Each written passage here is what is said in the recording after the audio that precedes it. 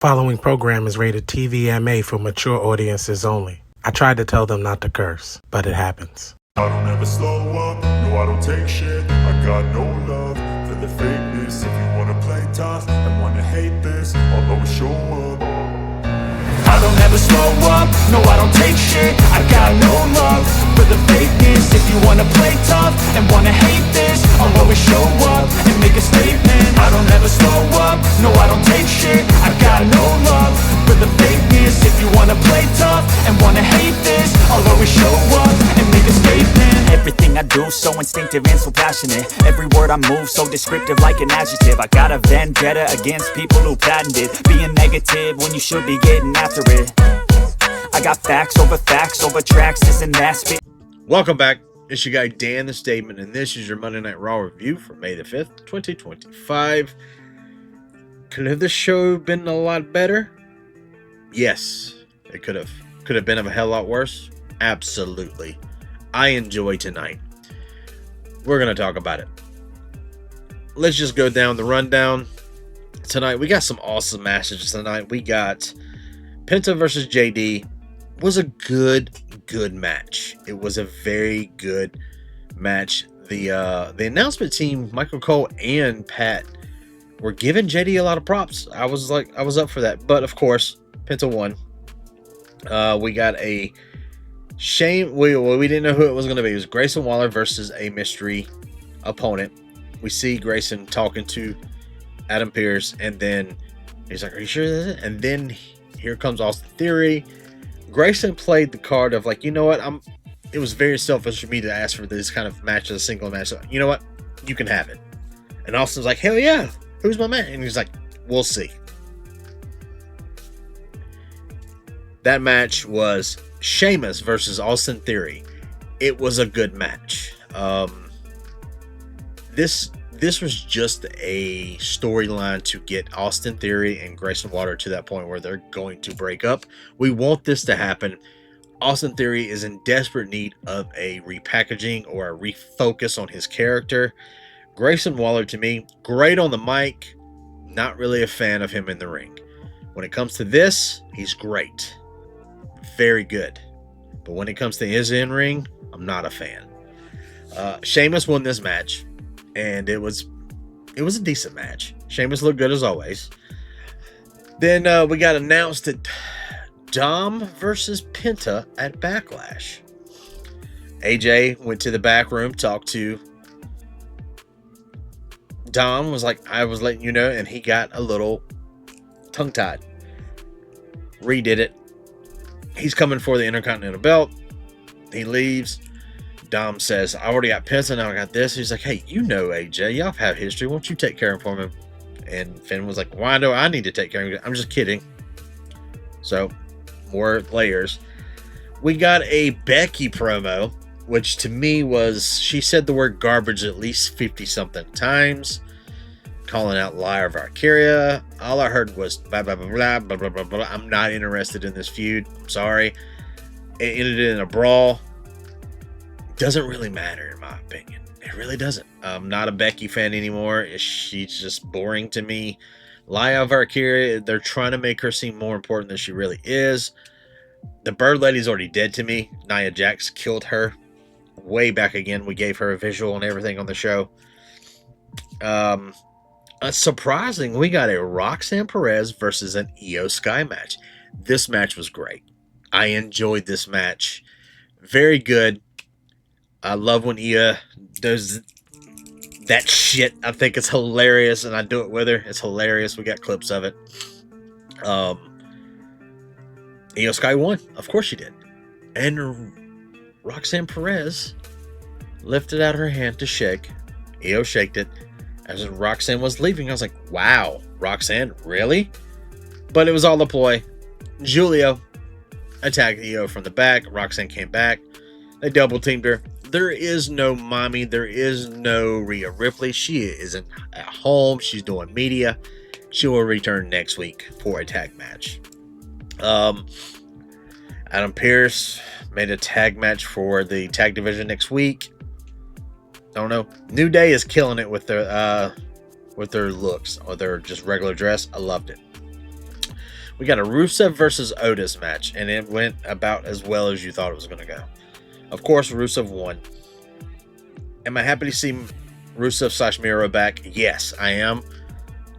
But his first feud really being with Otis, I'm not really digging it. I'm not digging it. Rusev should be doing something else. We got the Gunther and Pat promo. And let me just go ahead and say this. I like Pat McAfee. I think he's hilarious. I think he's done well in his NFL career. And I like Gunther. He's a good wrestler. But this half of this promo was Pat talking up the town they were in. And that's fine. He actually was being kind of cocky. And then Gunther's like, good. Because when it comes to Saturday, I'm going to fucking murder you. And I love that. That was pretty much all the matches. We did get a little thing with Chad Gable and Adam Pearce in the back. Chad was walking away from him. He said, hey, Americano. And Chad turned around and said, what? And he goes, that's what I thought. He goes, Happy Cinco de Mayo. And Chad looked back and said, gracias. They're laying those layers off. But what I want to talk about is I wanted to save this for last. We're going to talk about the very first thing on the show and the very ending of the show, because this was the most entertaining part of the show. And I want to keep you guys here all night. We're already at like 3-4 minutes or something like that. Yeah, something like that. Anyway, we kick off the night Raw with Jey Uso coming down the Concord doing the yeet. Jey knows, they do this all the time. They know how to pump up a crowd. Give him Jey Uso. Jay's looking good. I love Jey as the World Heavyweight title holder. My only suggestion is, every time I suggest something, it ends up happening in the world. If Jay's going to hold on to the belt for at least a month, while Jey has it, let him do something with the title other than it's a big gold belt. It's gold and black. And then he's got these bright blue side plates. And basically the same thing happened when he had the Intercontinental belt until they added the blue stuff on there for him. Then they need to do the same thing to the World Heavyweight title while they hold it. Behind the WWE logo, there's a globe of the world. Paint that the same blue that his side plates is. Let it tie in.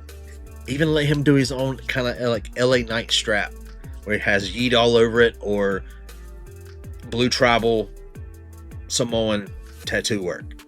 Just a thought. To me, and make a belt pop. But I love Jey with that belt. It looks good. I love the blue on the sides. It pops. It's very Jey. But they can do more with that. He basically calls out Logan Paul for Saturday. We got a different Paul that answers the call. Paul Heyman comes down. And Jey goes, you got a lot of balls getting in this ring with me. He goes, you turned on my family. You turned on my friends. He goes, you turned on CM Punk. Everyone told me about you. I know you. I know you. And Paul went on a rant about how he's the one who brought Roman Reigns to relevancy. He found a lone big dog off in the nowhere, and he made him the tribal chief. He built the bloodline for 5 years. He built main event Jey Uso. And it wasn't his fault, because CM Punk made him choose him to disrespect the tribal chief. And the tribal chief made him choose CM Punk. So he did what he needed to do. Okay, Paul, that's fine with me. It made sense. I enjoyed it. It was really good. I did. I was like, he's not really telling any lies. So, Paul baited him, and he said, I'm coming down here out of respect. Seth Rollins is going to challenge you for that, but I'm going to do you a favor, and how favors always come back to play with me, how they always work out. I'm going to let you choose the time and the place. You lose your title to Seth Rollins. He baited him. He goes, no matter what, Whenever you're ready, you give him the opportunity. He goes, you pick it, it's over. There was a big bait. And Jay, of course, took the bait. How about tonight, right here, right now, yeet. Paul walks to the back, talks to Seth. Seth goes, I told you. I told you so. It worked. He fell for it. Yes, I'm getting the Monday Night Messiah vibes from Seth. I'm getting the authority / Messiah hybrid vibes from Seth. Braun Breaker's there. He's talking to Paul. He's in awe of Seth. We'll fast forward to the end of the night. Seth comes out as almost the Monday Night Messiah. Has the jacket on, does not have the one black glove. I'm waiting on it. So is my boy Enforcer. Shout out. And we're sitting there watching this together, doing reactions to it. And Jay comes out, not through the crowd. Jay doesn't even have his vest on. He doesn't have a shirt on, no glasses. He comes out there ready for work. This match was sloppy at first, but it was very enjoyable because that's just Jey Uso. That's just his swag. Seth was major control. He was very mind altering. He was taking control that way. They pulled off some good stuff in this match. They did. Braun tried to get involved. Jay kicked him off. Then Seth got the better of Jay. Jay kicked out. Seth took the ref's attention in the corner. Braun was about to go attack, and then Sami Zayn's music hit. The Bum's back. And he surprise attacks Braun from the side, beats him down. Then Braun waits, spears him. Jay gets out to take care of him. Braun spears Jay, throws him back in the ring, hides. Seth hits the curb stomp. We're about to get 1, 2, 3. Jay kicks out. All of a sudden you hear CM Punk's music hit. Seth's face and Paul's face said it all. He came down with a chair. He hit Braun Breaker with a chair. He gets in the ring. He beats Seth down with a chair. He beats Braun down with a chair. Hits Seth with a chair again. And they took, basically that was the end of the match. I didn't hear a bell. They said it was disqualification. I'm not sure. But this just added a new layer. Is it going to be CM Punk and Sami taking on Seth and Braun? I hope not. Honestly, it needs to be Punk and Reigns versus Seth and Braun. That's what it needs to be. How do we get there? This is what we're here for. Let's get there. I enjoyed Monday Night tonight. I hope you guys did as well. And as always, thank you guys for coming out and watching the Wolfpack Wrestling Podcast every Thursdays with us. Also, coming back into the channel, checking out the channel, liking, commenting, sharing, and subscribing. You guys are helping out so much, and I appreciate every single one of you. And as always, be good, people. Sign off in the comments. What did you like or did not like about tonight's Monday Night Raw? See ya.